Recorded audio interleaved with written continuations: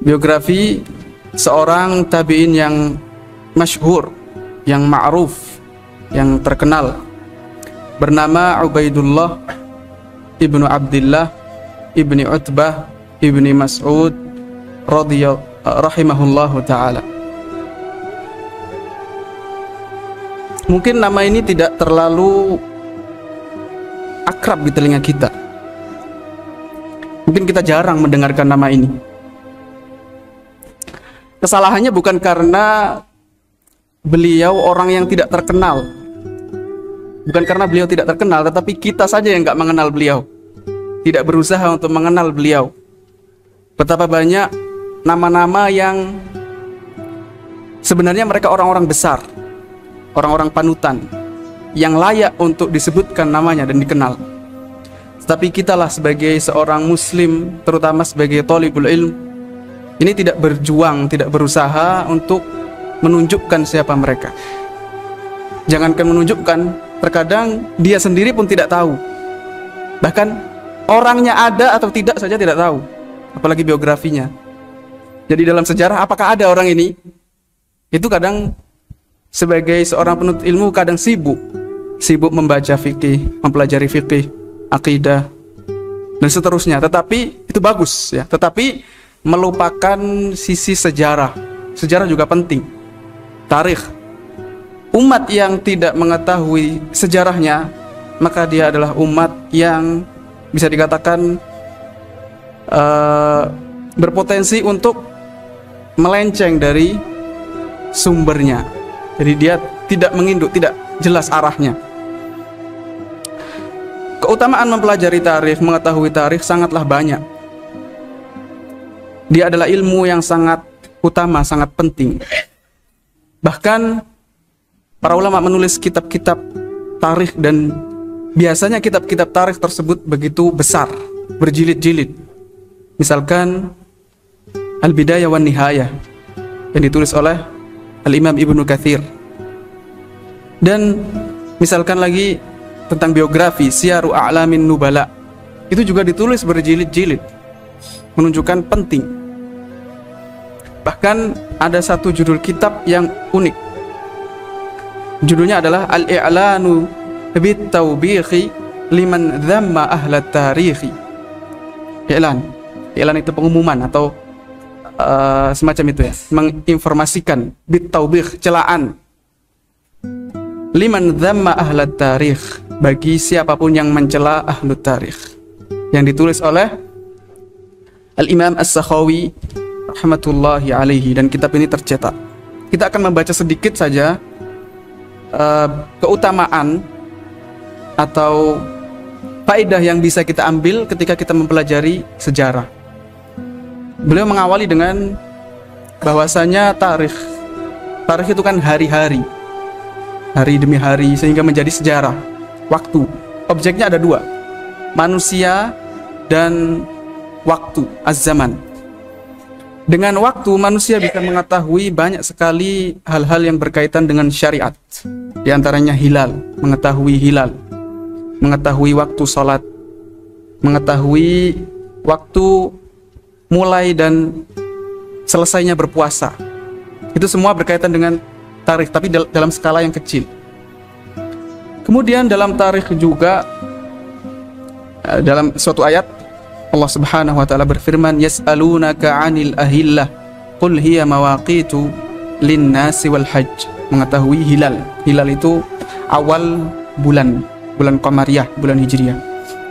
Kemudian dalam sejarah kita mengetahui kisah-kisah para nabi.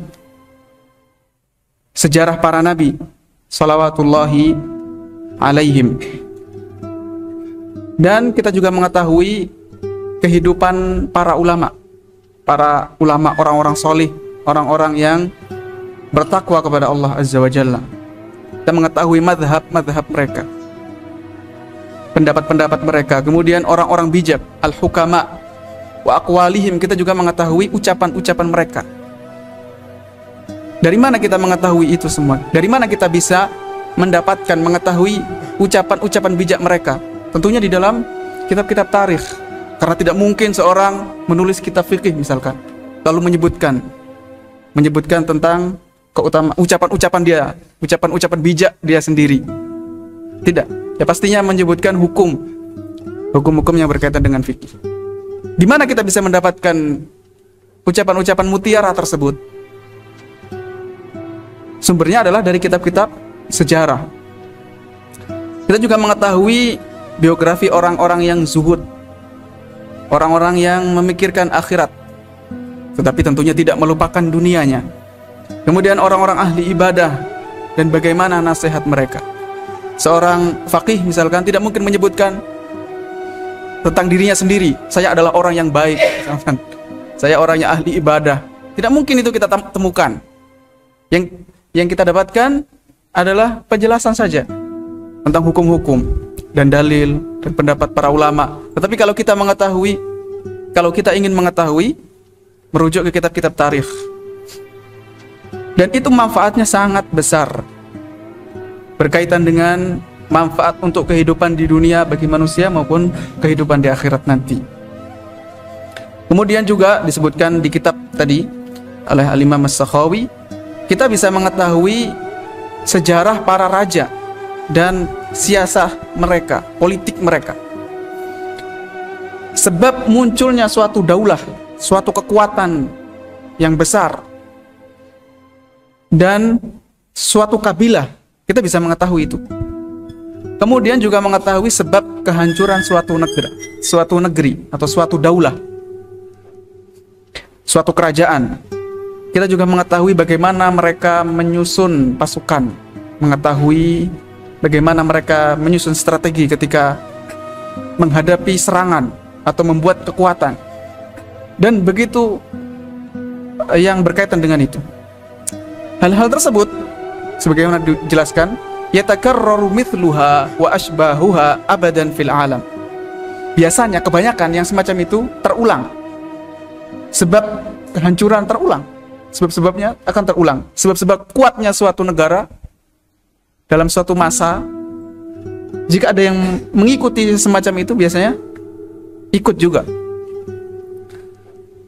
Dan itu semuanya ghazirun naf'i kathirul faidah, banyak manfaatnya dan faidahnya. Bihaitsu yakunu man 'arafahu kaman 'asha ad-dahra kullah. Orang yang mengetahui sejarah, dia ibarat orang yang hidup di berbagai masa. Jadi hidupnya panjang. Dia tahu kejadian-kejadian peristiwa di masa lalu, tahun kemarin, tahun sebelum-sebelumnya, 100 tahun yang lalu, seolah-olah dia melihat langsung, menyaksikan langsung, mempelajari langsung bagaimana politik, ekonomi dan sebagainya yang berkaitan dengan sejarah.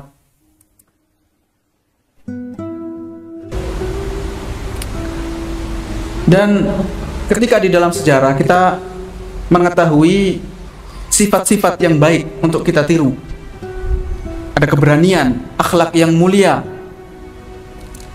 kebaikan, kedermawanan, kejujuran, dan segala sifat-sifat tersebut terbukti ada di dalam sejarah. Bukan suatu nilai yang abstrak, khayalan. Orang yang jujur itu susah, tidak ada. Orang-orang yang berkorban demi kejujuran ada di dalam sejarah. Juga kebalikannya, akhlak-akhlak yang mungkin tidak tergambarkan bagi seseorang. Jadi kita sebagai manusia kadang tidak terbayangkan ada yang seperti itu. Kok bisa terjadi?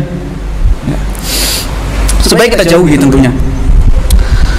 Bahkan ini keunikan,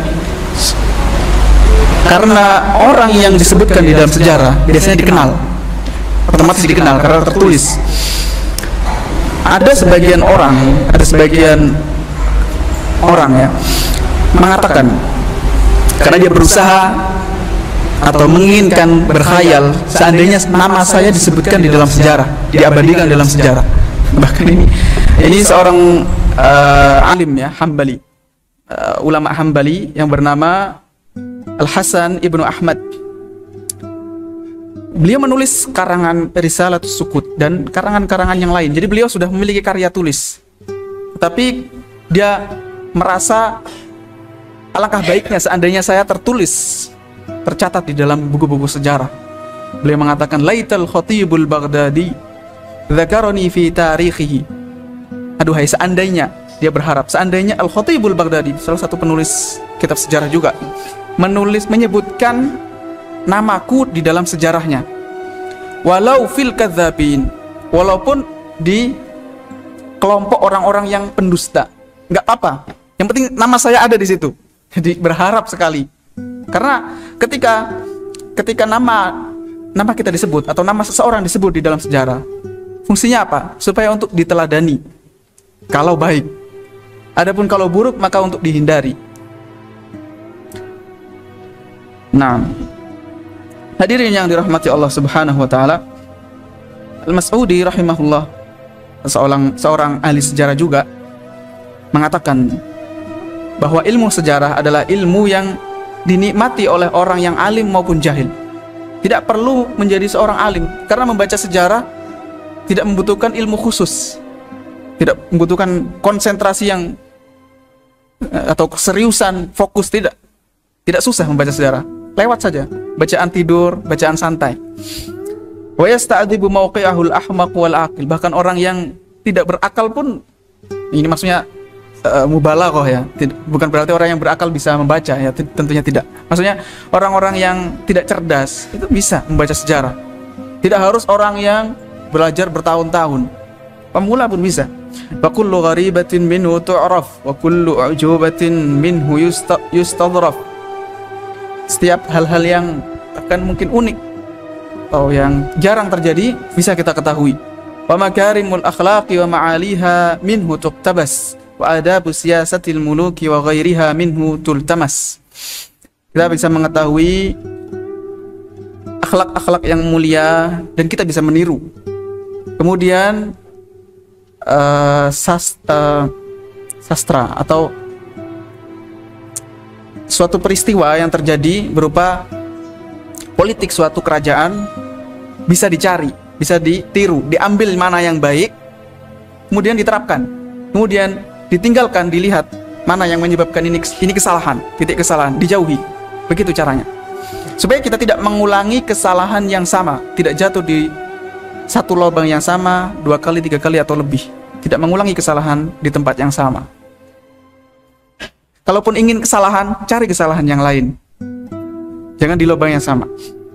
Yajma'u lakal awwala wal akhir wan naqisa wal wafir wal badiya wal hadir wal mawjuda wal ghadir. Semuanya tertulis di situ, di kitab sejarah. Karena sejarah tidak hanya menyebutkan yang baik-baik saja, tidak bisa memilih, semuanya ditulis. Apapun peristiwa, pahitnya, manisnya, asamnya, semuanya akan ditulis. Jadi setiap orang, negara misalkan, menyebutkan suatu negara atau suatu kerajaan, pasti akan ditulis baiknya, buruknya, kekalahannya, kemenangannya, ya semacam itu sejarah, dan seterusnya. Ada satu bait yang cukup bagus yang disebutkan oleh Lisanuddin Ibnul Khatib. Beliau menulis manzumah. Jadi dalam sejarah juga ada manzumahnya. Manzumah itu kitab, tapi isinya bait-bait syair. Yang namanya adalah Raqmul Hulal fi Nazmid Dual.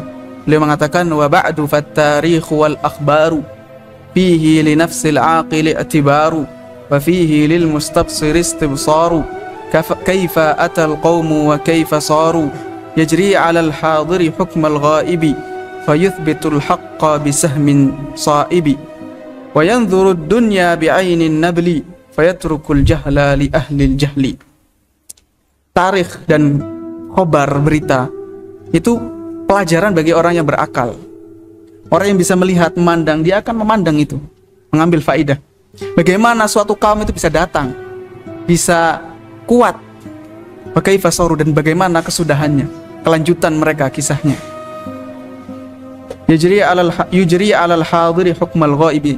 Kadang sesuatu tersebut kita susah untuk menggambarkannya. Ketika kita misalkan ingin membuat suatu sistem atau suatu rencana, membuat rencana sesuatu, target ya, punya proyek sesuatu, kita masih belum tahu ini jadinya semacam apa nanti, proyek tersebut hasilnya semacam apa. Itu bisa kita tahu dengan cara melihat sejarah, membaca, oh pernah ada yang menerapkan semacam ini, hasilnya semacam itu. Sehingga kita tinggal mengembangkan saja, tidak memulai dari nol. Nah, semacam itu. Fayuthbitul haqqa bisahmin shaibi. Kita mengetahui mana yang hak, mana yang batil. Bahkan ada yang mengatakan, laisa bi insanin wala aqilin man la ya'id tarikha fi sadrihi. Orang yang tidak tahu sejarah, yang dikatakan di sini bukan orang dan bukan orang yang berakal. Manusia saja bukan. Orang yang tidak berusaha mengetahui sejarah sebenarnya dia bukan orang, bukan manusia. Entah makhluk apa dia. Wa man dara akhbara man qablahu adhafa a'maran ila umrihi.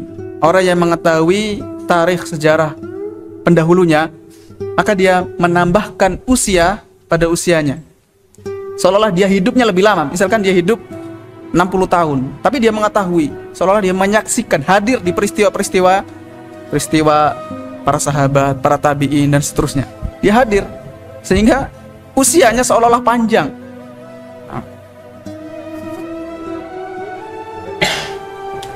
Ada juga yang mengatakan wa matarikhu in fakkarta illa riyadun tajtani minha thimara tunadi mutaratan fiha mulukan wa ukhra sadatan ulama kibara wa awinatan tunadimu syurba rahin adaru fi majalisihim aqara tufiduka halatal madina ilma wala ta'luka nushan waddikara tara fiha albilada wa sakiniha ka'annaka hadirum ma'ahum jihara. Ketika kita membaca sejarah, kita akan mendapatkan buah-buah yang banyak. Seolah-olah kita hadir, duduk di hadapan raja. Susah, mungkin kita sebagai orang yang biasa, ya semuanya kita manusia biasa ya, tidak ada manusia yang spesial. Kita seolah-olah duduk berhadapan langsung dengan orang-orang yang mulia, para raja atau para ulama, duduk di majelisnya ulama, hadir di situ. Kita mengambil faedahnya karena tujuan hadir, kita hadir adalah untuk mengambil faedah. Duduk di majelis ulama, kenal ulama, bukan sekedar tahu saja melihat wajahnya, tidak, mengambil faedahnya yang paling utama. Nah, kita bisa mendapatkan faedah, nasihat dan hal-hal yang bermanfaat. Ada banyak syair-syair yang disebutkan di kitab Ithafu A'lamin Nas bi Jamali Akhbari Hadirati Miknas, karangan Ibnu Zaidan As-Sajilmasi. Dan kita juga bisa mengetahui, kalau yang kita baca adalah sejarah para ulama, kita mengetahui cara belajar mereka. Ada yang dengan cara membaca satu kitab berulang-ulang. Misalkan Az-Zuriya Rani, seorang faqih ya. Namanya saja mungkin agak susah dibaca. Faqihul Iraq wa Muftil Afaq. Beliau membaca kitab, menelaah kitab Al-Mughni. Al-Mughni itu bukan satu jilid ya, tebal. Al-Muwaffaq Ibnu Qudamah membaca 23 kali. Sehingga beliau berhasil atau bisa menyebutkan ibarah-ibarah yang ada di kitab tersebut dengan mudah, karena membacanya berkali-kali. Ada juga yang dengan cara meringkas, misalkan Alamuddin Al-Ansari Asy-Syafi'i. Beliau meringkas kitab Al-Hawi Al-Kabir yang ditulis oleh Al-Mawardi rahimahullah. Beliau berusaha untuk tidak melanjutkan. Jadi ketika menulis satu bab, tidak melanjutkan ke bab berikutnya sampai benar-benar memahami. Jadi begitu cara belajar mereka. Ada yang dengan membaca matan, menghafalkan matan, kemudian fokus di satu kitab, dan seterusnya. Nah, begitu kita bisa mengetahui cara mereka belajar. Jadi bukan hasil ilmunya, tapi proses mereka menjadi alim dengan cara membaca kitab-kitab tarikh. Nah, itu sebagai muqaddimah saja mengapa kita harus mempelajari sejarah. Nah, kemudian yang kita bahas pada malam ini adalah seorang alim, sosok salah satu dari al-fuqaha as-sab'ah. Al-fuqaha as-sab'ah. Fuqaha yang jumlahnya 7. Ini istilah yang sudah populer demikian. Jadi ada fuqaha sab'ah. Yang dimaksud adalah para fuqaha yang tinggal di Madinah. Jadi mereka dari Madinah. Dalam satu masa, mereka hidup satu masa 7 orang di Madinah, dan mereka menjadi rujukan di dalam fatwa. Ketika berfatwa, mereka direkomendasikan dan dirujuk ke sana karena mereka memiliki keunggulan. Bukan berarti di Madinah saat itu, di masa mereka ini hanya 7 orang, tidak. Banyak sekali para fuqaha, tetapi yang paling menonjol saat itu ada 7 orang ini. Di antaranya adalah seorang ulama yang akan kita baca biografinya insya Allah. Para fuqaha sab'ah tersebut disebutkan oleh disebutkan oleh para ulama dalam bentuk bait yang supaya mudah kita hafalkan nama-nama mereka. Di antara yang menyebutkan adalah Al-Imam Ibnul Qayyim rahimahullahu taala di dalam kitab I'lamul Muwaqqi'in. Idza qila man fil ilmi sab'atu abhurin riwayatuhum laysat 'anil ilmi kharijah faqul hum Ubaidullah Urwatu Qasimun Sa'idun Abu Bakrin Sulaimanu Kharijah. Jika ada yang bertanya, siapakah abhur, bahar? Bahar ini suatu ungkapan untuk menyebut seorang yang banyak ilmunya, ilmu yang sangat luas. Siapakah lautan ilmu yang jumlahnya 7, yang mereka selalu dikaitkan dengan ilmu, tidak keluar dari ilmu. Ketika mereka mengucapkan sesuatu, pasti ada ilmunya. Katakan, mereka adalah Ubaidullah, dan Ubaidullah adalah yang akan kita bahas sekarang. Ubaidullah ibnu Abdillah ibnu Utbah ibnu Mas'ud. Urwah siapa? Urwah ibnu Zubair. Qasim, Al-Qasim ibnu Muhammad. Kemudian Sa'id bin siapa? Ibnul Musayyib. Abu Bakar ibnu Abdurrahman ibnu Harith ibnu Hisham. Dan Sulaiman bin Yasar. Dan yang terakhir adalah Kharijah, namanya adalah Kharijah ibnu Zaid.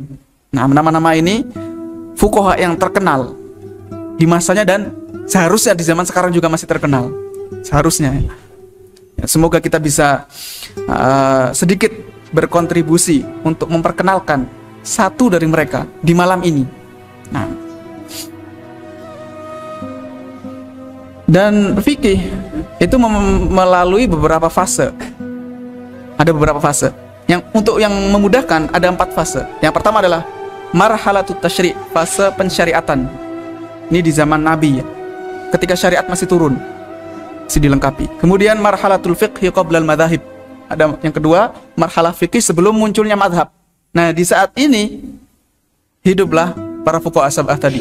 Belum ada madhab. Jadi nggak ada orang yang di saat itu mengatakan saya madhabnya Syafi'i atau Hambali. Belum muncul. Tapi fikih sudah ada. Kemudian marhalatul madzahibil fiqhiyah. Kemudian setelah itu muncul marhalah fase madhab-madhab fikih. Bukan hanya 4. Madhab fikih yang masyhur kan ada 4. Banyak sekali madhab-madhab. Kemudian al-asrul hadir. Fase kontemporer, ada 4 fase. Nah,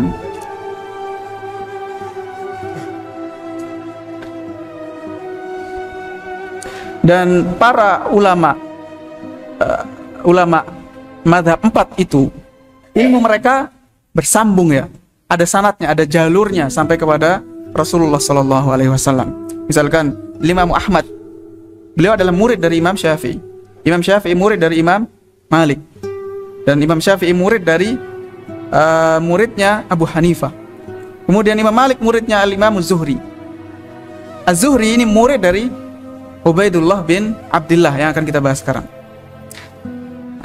Itu dari jalur fuqaha Madinah. Terus nanti ke atas Az-Zuhri di antara gurunya adalah Salim, kemudian Nafi yang merupakan murid Abdullah ibnu Umar. Baik. Kita akan masuk ke biografi seorang ulama yang disebutkan di dalam Syiar A'lamin Nubala. Beliau adalah Ubaidullah ibnu Abdillah ibnu Utbah al-Hudhali al-Madani, karena beliau hidup di Madinah. Al-Hudhali ini kabilah Hudzail. Beliau seorang al-imam. Imam di sini bukan imam sholat.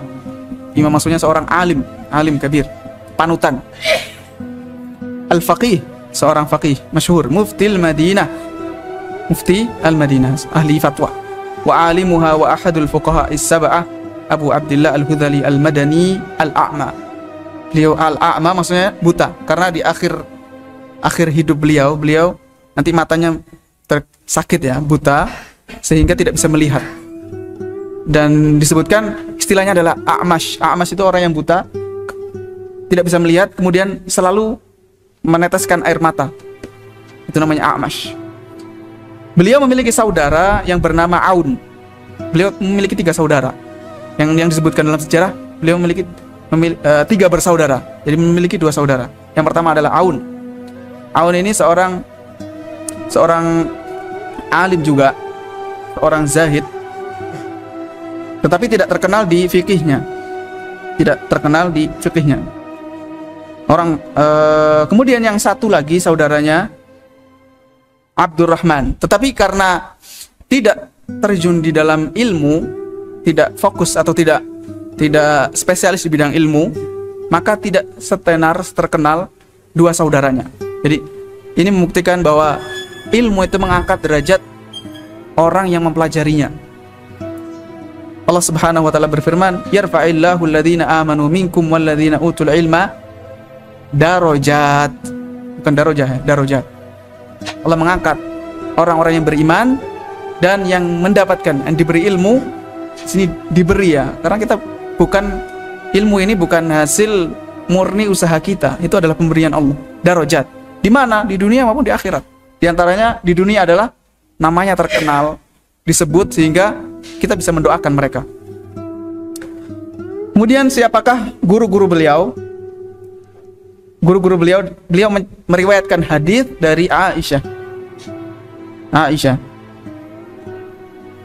Abu Hurairah, Fatimah bintu Qais, Abu Waqid al-Laythi, Zaid ibn Khalid al-Juhani, Ibnu Abbas, dan para sahabat yang lain. Karena beliau tabi'in. Tabi'in itu orang yang man laqiya as-sahabiyya mu'minan birisalati Muhammadin wa mata ala dzalik. Kurang lebih semacam itu. Jadi yang menyaksikan atau yang hidup bertemu dengan para sahabat dengan syarat beriman kepada Rasulullah, bukan beriman kepada sahabat ya, bukan. Mukminan bihi, bukan mukminan bihi. Kalau sahabat takrifnya kan mukminan bihi, beriman kepada Nabi. Tapi kalau di sini bukan mukminan bi sahabat, tapi mukminan bi Rasulillah. Wa mata ala dzalik. Nah.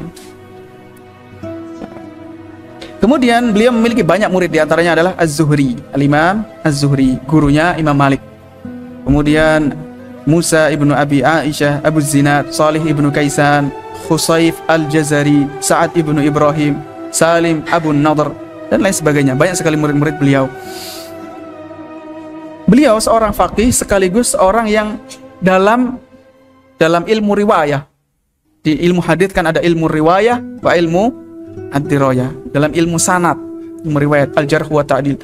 Beliau seorang yang thiqah, terpercaya.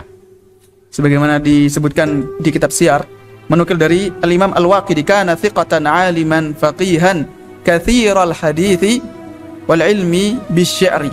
Ini keunikan beliau. Ini jarang ya, tidak banyak. Tidak banyak seorang faqih, seorang muhaddits yang mahir juga di bidang syair. Seorang penyair juga. Ya, karena penyair itu biasanya memiliki riqqatul qalb. Jadi hatinya itu mudah tersentuh, karena dalam syair jika tidak melibatkan perasaan tidak baik syairnya. Syair itu hal-hal yang al-umur al-hassasiyah ya.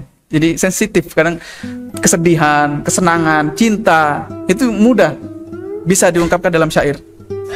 Keberanian yang semacam itu. Dan jarang yang semacam itu. Waqad dhahaba basaruhu, katanya di sini. Beliau tidak bisa melihat lagi di akhir usia beliau. Abu Zur'ah Ar-Razi juga menyifati beliau thiqah ma'munun imam. Seorang imam, thiqah dan terpercaya.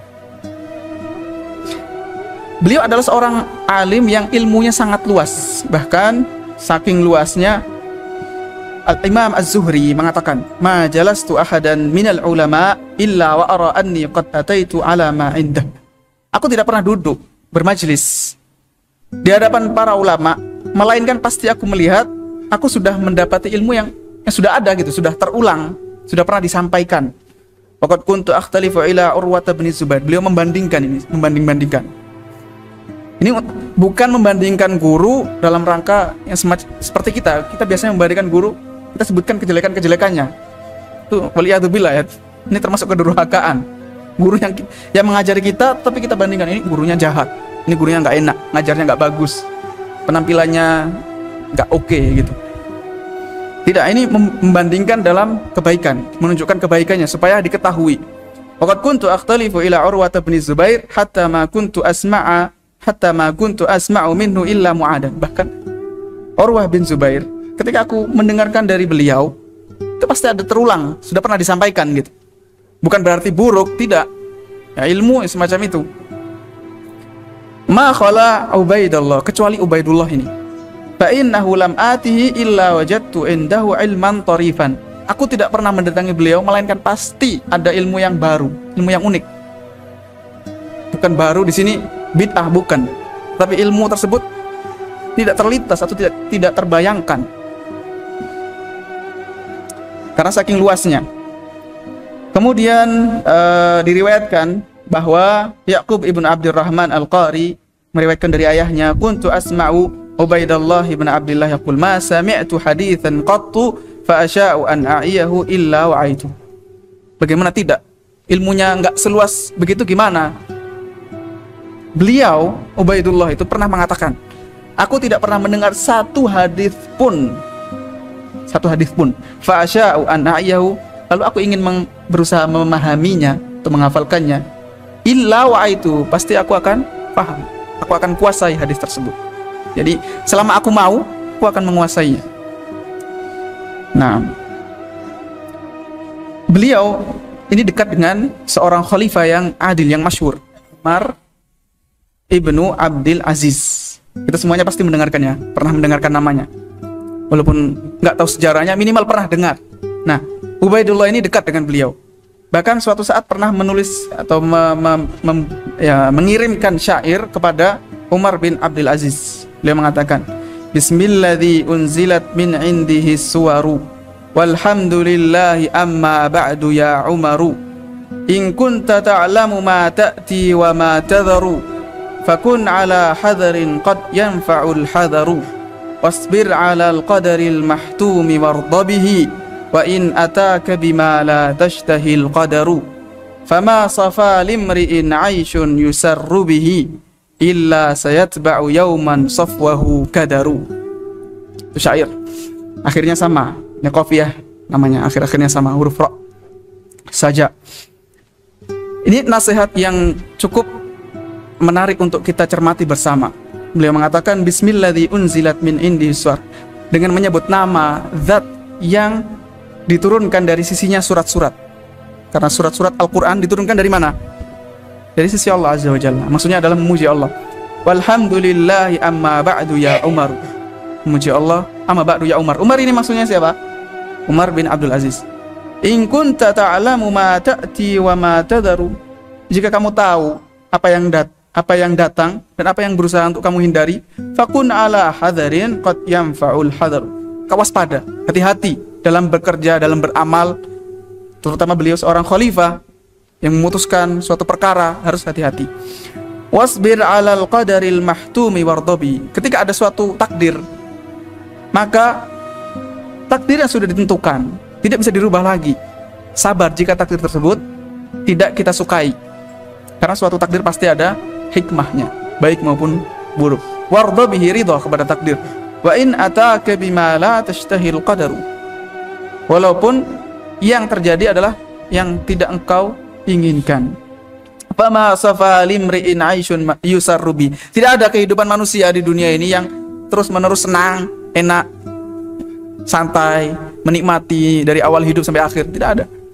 Walaupun raja yang paling adil, yang disebutkan seandainya ada kambing dan serigala berdekatan, tidak makan saking adilnya. Jadi kambing sudah mendapatkan hak-haknya, serigala sudah mendapatkan haknya makan segala macam, sudah terpenuhi.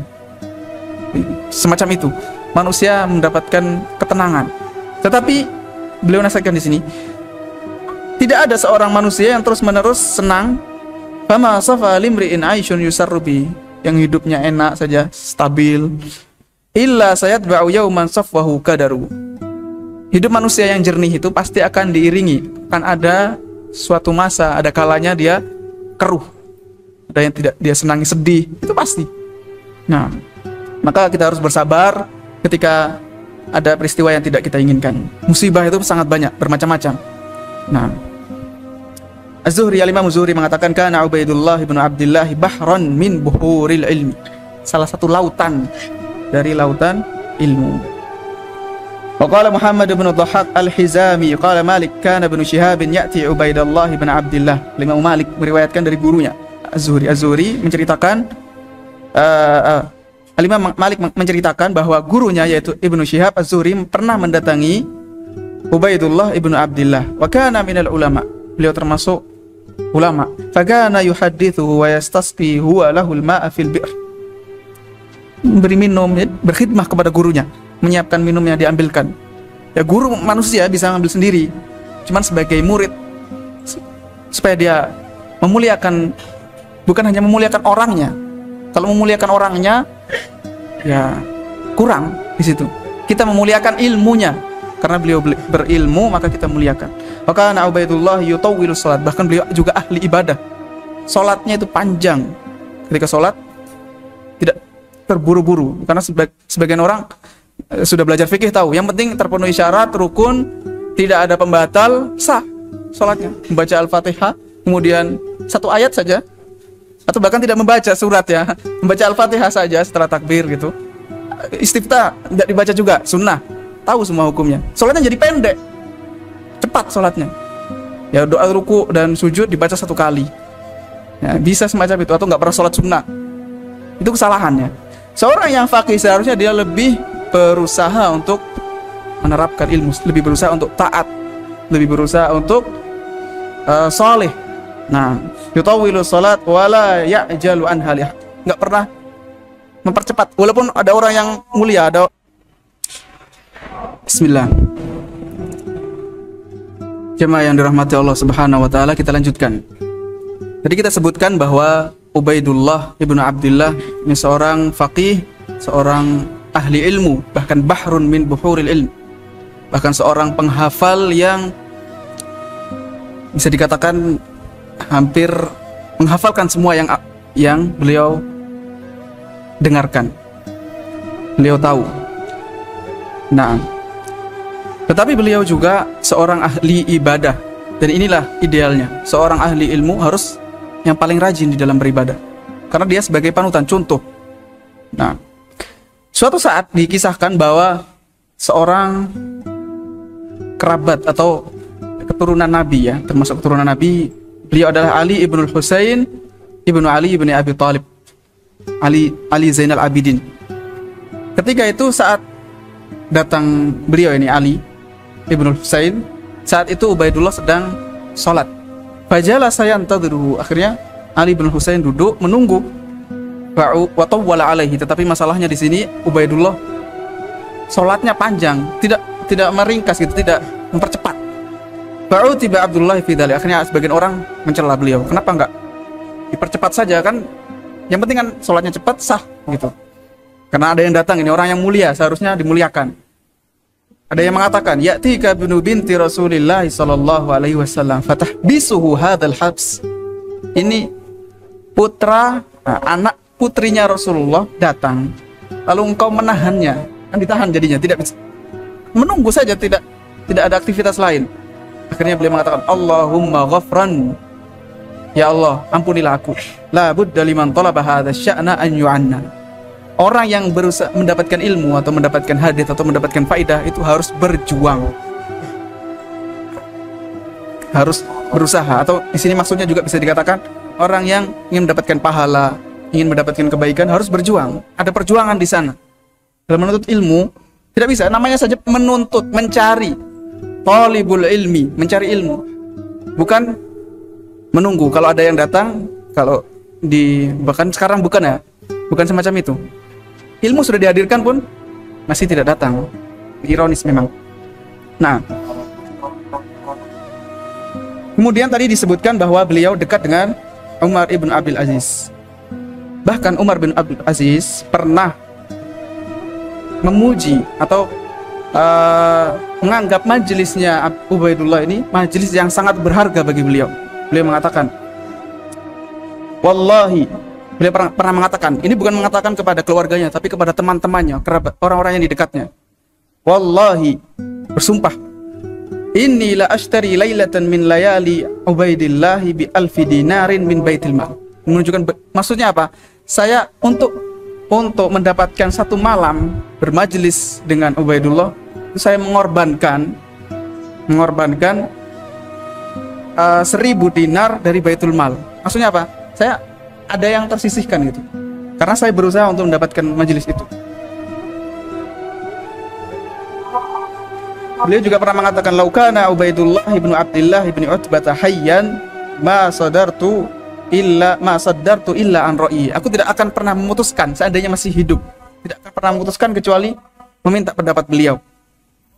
Nah, dan beliau berusaha berjuang atau berangan-angan untuk terus duduk bermajelis bersama Ubaidullah. Nah, yang terakhir sebagai penghujung biografi beliau, disebutkan tadi bahwa beliau adalah seorang penyair. Ini unik, seorang faqih, alim, bahkan thiqah. Ini bukan orang biasa ya, thiqah. Bukan orang yang biasa-biasa, thiqah, ma'mun, imam. Tetapi beliau juga pernah dalam bahasa Arabnya al-ishq atau hub, jatuh cinta. Ini bukan jatuh cinta yang main-main ya, ini serius. Nah, maksudnya beliau seorang manusia pernah merasakan itu, dan beliau mengungkapkan dalam syairnya. Disebutkan di kitab Al-Muntazim fi Tarikhil Umami wal Muluk, karya Al-Imam Ibnul Jauzi, Abul Faraj Ibnul Jauzi. Rawa Abdurrahman ibnu Abi Zinad an abihi qal qadimat al-Madinah imra'atun min Hudzail. Ini riwayatnya, suatu saat di Madinah dihebohkan ada wanita dari kabilah Hudzail datang. Wa kanat jamilatan jiddan, sangat cantik. Wanita ini sangat cantik. Bagaimana cantiknya? Antum gimana menggambarkan wanita yang cantik itu bagaimana? Banyak yang merebut, banyak yang ingin jatuh cinta, banyak yang ingin melihat, kan begitu yang kita gambarkan. Tapi di sini lebih dari itu. Faraghiban nasu fiha fa khatabuha. Manusia akhirnya berusaha untuk mendapatkan wanita tersebut. Fa khatabuha, rebutan khitbah, melamar. Bukan hanya melihat, bukan tahu, membaca atau melihat ketemu, enggak. Berusaha untuk melamar. Ya begini kalau jatuh cinta. Bukan pacaran. Enggak, itu mengotori cinta namanya. Ini berusaha untuk melamarnya. Fa khatabuha, tapi susah. Nah, wa kadat tadhhabu bi uquli aktsarihim. Ini saking enggak tahu cantiknya seberapa ya. Sehebat apakah kecantikan tersebut sampai hampir-hampir menghilangkan bi uquli aktsarihim, menghilangkan akal kebanyakan penduduk Madinah. Anda bisa bayangkan, penduduk Madinah banyak akalnya hampir hilang gara-gara wanita tersebut. Segimana cantiknya. Akhirnya Ubaidullah juga ikut di sini, terkena juga virus merah jambu, virus cinta. Faqala Ubaidullah ibnu Abdillah ibnu Utbah, membuat syair di sini. Beliau ya manusiawi. Beliau mengatakan, uhibbuki hubban la yuhibbuki mithlahu, qaribun wala fil ashiqina ba'idu. Uhibbuki hubban law sya'arti bi ba'dihi, lajutti walam yas'ub alaiki syadidu. Nartikan dikit-dikit ya. Aku mencintai kamu, uhibbuki. Hubban dengan kecintaan, la yuhibbuki mithlahu, tidak ada yang menyerupai kecintaan tersebut. Cintaan ini spesial, nggak ada yang sama dengan kecintaan tadi.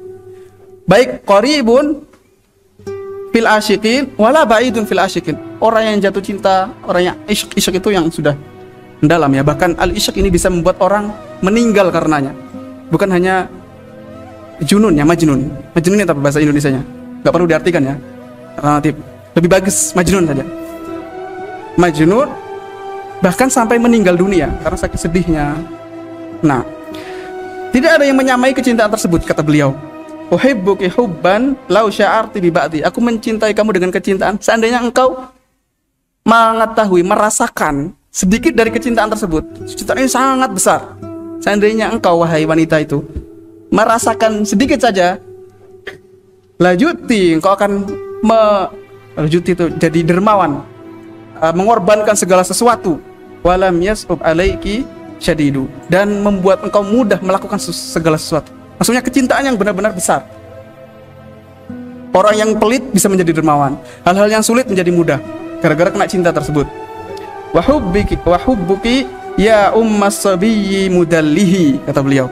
Wa hubbuki ya ummas sabiyyi mudallihi syahidi Abu Bakrin fa ni'ma syahidu. Di sini beliau akan menyebutkan fuqaha. fuqaha yang 6 karena beliau yang ke-7 ya. Jadi menyebutkan fuqaha yang teman-temannya ini.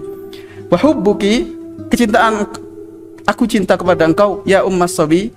Enggak tahu ini mungkin kunyahnya atau julukannya, mudallihi. Mudallihi itu yudhibul aql, membuat orang bingung, membuat orang stres atau akalnya menjadi tidak waras gitu. Jadi, tentunya mubalaghah ya di sini. Mudallihi, syahidi, buktinya apa? Yang menjadi saksi aku mencintai kamu adalah Abu Bakrin fani masyahidu. Abu Bakar di sini bukan Abu Bakar As-Siddiq. Ini adalah Abu Bakar ibnu siapa tadi? Al-Qasim ya. Nah, intinya Abu Bakar seorang tabi'in, fuqaha juga. Salah satu dari fuqaha sab'ah. Wa ya'rifu wujdi Al-Qasim bin Muhammadin, dan wujdi itu wajdi, bukan wujdi. Wajdi, perasaanku, yang mengetahui perasaanku ada Al-Qasim bin Muhammad, tadi ada Abu Bakar. Kemudian Al-Qasim bin Muhammad wa urwatu ma alqa bikum wa sa'idu. Ada Urwah, Sa'id. Wa ya'lamu ma ukhfi Sulaimanu ilmahu wa kharijatun yubdi bina wa yu'idu. Sudah 6. Ada Abu Bakar, Qasim bin Muhammad, Urwah, Sa'id, Sulaiman bin Yasar. Sulaiman mengetahui apa yang aku sembunyikan. Wa kharijatun yubdi bina wa yu'idu. Kharijah juga menampakkan dan mengulang-ulang. Mata tas'ali amma aqulu wa tukhbari falillahi indi tarifun wa talidu. Seandainya engkau wahai wanita ini bertanya apa yang aku ucapkan, kok saya bisa mengatakan begini? Fatukhbari, lalu engkau diberitahu ada yang mengatakan begitu. Falillahi indi, maka sesungguhnya aku memiliki sesuatu yang aku sembunyikan. Lillah tarifun wa talidu, sesuatu yang sangat unik ya. Maksudnya beliau sendiri keheranan, kenapa bisa begitu? Kenapa bisa jatuh cinta? Ini seorang ulama, seorang faqih, bukan ustadz, bukan syekh, alim faqih ya, minal fuqaha sab'ah, mufti. Nah, bisa jatuh cinta. Nah. Dan ini beliau tidak, tentunya masih di area atau di batas-batas yang tidak diharamkan ya. Kalau sudah yang haram ya tentunya lain lagi, pasti beliau tidak akan melakukan itu. Bahkan beliau juga mencintai istrinya, yang bahkan membuat syair juga untuk istrinya tersebut. Beliau mengatakan taghalghala hubbu Asmata fi fuadi. Asma ini nama istrinya. Taghalghala hubbu Asma, maksudnya mendalam, cintaku sangat besar. Fi fuadi, di hatiku. Fabadihi ma'al khafi yasiru. Taghalghala haitsu lam yablugh syarabun wala huznun walam yablugh sururu. Sampai minuman pun nggak bisa mencapai, makanan nggak bisa nyampe ke situ, saking dalamnya. Di hati yang sangat dalam yang tidak bisa dicapai makanan dan minuman, atau kesedihan dan kesenangan. Sada'atil qalba thumma dararti fiha. Sada'atil qalba thumma dararti fihi. Hawaki falima wal ta'amal faturu. Intinya di sini hawaki, cintaanku kepada kamu itu merobek hatiku, melukai hatiku, bukan luka yang jelek tapi merobek, masuk. Thumma dararti fihi, lalu menaburkan kecintaan. Akadu in dzakartul ahda minha atiru walau anna insanan yatiru. Ketika aku ini dikisahkan karena beliau ada suatu masalah, beliau akhirnya mentalak istrinya. Tapi masih cinta, masih senang. Ya begitu manusia kadang, namanya penyesalan di belakang. Kayaknya jangan mudah-mudah mentalak. Kata beliau, ketika aku mengingat masa-masa itu, setiap aku mengingat masa-masa indah tersebut, hampir-hampir aku terbang. Rasanya seperti terbang, katanya. Lau anna insanan ya, seandainya manusia bisa terbang, aku akan terbang. Kata beliau, ghaniyun nafsi anizdada hubbuha walakinni ila silatin faqiru. Tapi sudah nggak bisa lagi, sudah ditalak, sudah pisah, dan seterusnya. Wallahu a'lam bishawab. Beliau wafat, terakhir beliau wafat sebagaimana disebutkan oleh Al-Waqidi wa Muhammad bin Abdullah ibn Numair wa Tirmidzi. Beliau wafat tahun 98 Hijriah. Wa qala Al-Haytham ibn Adi wa Ali ibn Al-Madini mata sanata 99. Ada yang meriwayatkan bahwa beliau wafat tahun 99. Ada riwayat 98, ada yang mengatakan 97. Waqila ghairu dzalik, dan ada pendapat yang lain. Ala kulli hal, ini semoga menjadi banyak faedah dan pelajaran yang bisa kita ambil dan kita petik. Dan setiap kebaikan, walaupun orangnya sudah meninggal, maka kebaikan yang kita amalkan akan sampai kepadanya. Sebagaimana seorang penyair mengatakan, "Idh kullu muhtadin wa amilin ila yaumil jazaa'i syaikhuhu qad hasala lahu minal ajri ka ajril amili wa mithlu dha min naqisin aw kamili." Setiap orang yang mendapatkan petunjuk dan mengamalkan, maka syekhnya akan mendapatkan pahala dia, guru-gurunya. Lahu minal ajri ka ajril amili, mereka mendapatkan pahala seperti pahala orang yang mengamalkannya, tidak berkurang, tidak persis, tidak berkurang, tidak bertambah. Jadi pahala yang melakukan ini nggak dikurangi, tetap pahalanya dapat sempurna. Misalkan nilainya 100, ya 100, dia juga dapat nilai tambahan. Wa hakadha tad'ifu kulli martabah ila rasulillahi alil martabah. Begitu terus beliau berlipat-lipat, semakin ke atas gurunya, terus naik ke atas sampai ke Rasulullah yang derajatnya paling tinggi, alil martabah. Wa min huna yu'lamu tafdilus salaf wa sabquhum fi fadlihim 'alal khalaf. Dari sini maka kita mengetahui tafdilus salaf, kemuliaan, keagungan para salaf, para pendahulu, wa sabqihim fi fadlihim, wa sabquhum fi fadlihim, dan mereka dalam keutamaan apapun berada di depan. Berada di depan. Jangan sampai kita menghina pendahulu kita. Bahkan pendahulu yang belum jauh, guru-guru kita atau gurunya guru kita doakan kebaikan. Wasabquhum fi fadlihim 'alal khalaf. Mereka sangat utama, lebih utama dibandingkan orang-orang yang belakangan. Mudah-mudahan bermanfaat bagi kita semuanya. Itu saja yang bisa kita sampaikan pada tema kali ini. Wassallallahu wasallam ala nabiyyina Muhammad wa ala alihi wa sahbihi ajma'in. Assalamualaikum warahmatullahi wabarakatuh.